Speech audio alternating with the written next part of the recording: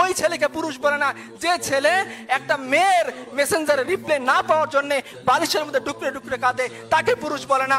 ওই ছেলেকে পুরুষ বলে না যে ছেলে বিশেষ না হইলে পরে গলায় দড়ি দেওয়ার জন্য চিন্তা করে, ওই ছেলেকে পুরুষ বলে না।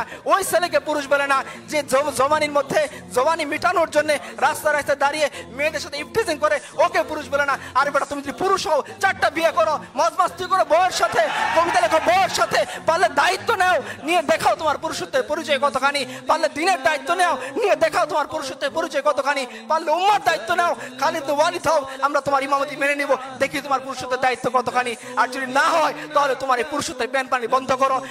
ইতিহাস তোমাকে মনে রাখবে না, ইতিহাস মনে রাখবে খালিদ ওয়ালিদকে, ইতিহাস মনে রাখবে জাফর ইবনে আবু তালিবকে, ইতিহাস মনে রাখবে আবু বকর উমরকে, যে উমর পারস্যের সামনে দাঁড়িয়ে চোখে চোখ রেখে কথা বলেছিলেন। ইতিহাস মনে রাখবে রবি ইবনে আমরকে, যিনি রুস্তমের সামনে দাঁড়িয়ে বলেছিলেন রাসূলুল্লাহ সাল্লাল্লাহু আলাইহি সাল্লাম 3টে অপশন আমাদের সামনে দিয়েছেন, হয় ইসলাম কবুল করো, শান্তিতে থাকবা, রুস্তম বলতে পারবো না, তাহলে অপশন 2 তুমি আমাদেরকে জিজিয়া দিবা, আমাদের অধীন হয়ে যাবা। রুস্তম বলতে পারবো না, তো অপশন নাম্বার 3 তলোয়ার সমাধান করবে তোমার আমার মধ্যে, হয় তুমি জীবিত থাকবা না আমি জীবিত থাকবো।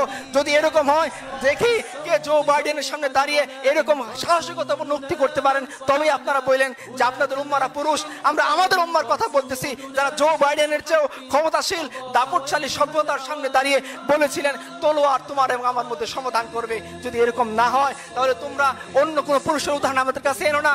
আমাদের কাছে হসিমিন পুরুষ না, অমুক তমুক পুরুষ না, আমাদের কাছে পুরুষ হচ্ছেন রাসূলুল্লাহ সাল্লাল্লাহু আলাইহি ওয়াসাল্লাম, আমাদের কাছে পুরুষ হচ্ছেন তার চাচাতো ভাই জাফর ইবনে আবি তালিব, আমাদের কাছে পুরুষ হচ্ছেন আব্দুল্লাহ ইবনে ওমর, আমাদের কাছে পুরুষ হচ্ছেন যায়েদ ইবনে দাসিনা রাদিয়াল্লাহু আনহু, যারা মৃত্যুর মুখে হাসতে হাসতে নিজের জীবনকে দিয়ে যেতে পারেন শুধুমাত্র এক আল্লাহর জন্য, উম্মতের জন্য, দ্বীনের জন্য, এবং যারা নারীদের দায়িত্ব নিতে পারেন, যারা সমাজের দায়িত্ব নিতে পারেন, যারা অর্ধ পৃথিবীর বাদশাহ হয়ে ভিখারির মতো ফকিরের মতো জীবনযাপন করতে পারেন, আমরা এদেরকে পুরুষ মনে করি। আমরা তোমাদের আনা উদাহরণকে কখনোই পুরুষ মনে করি না।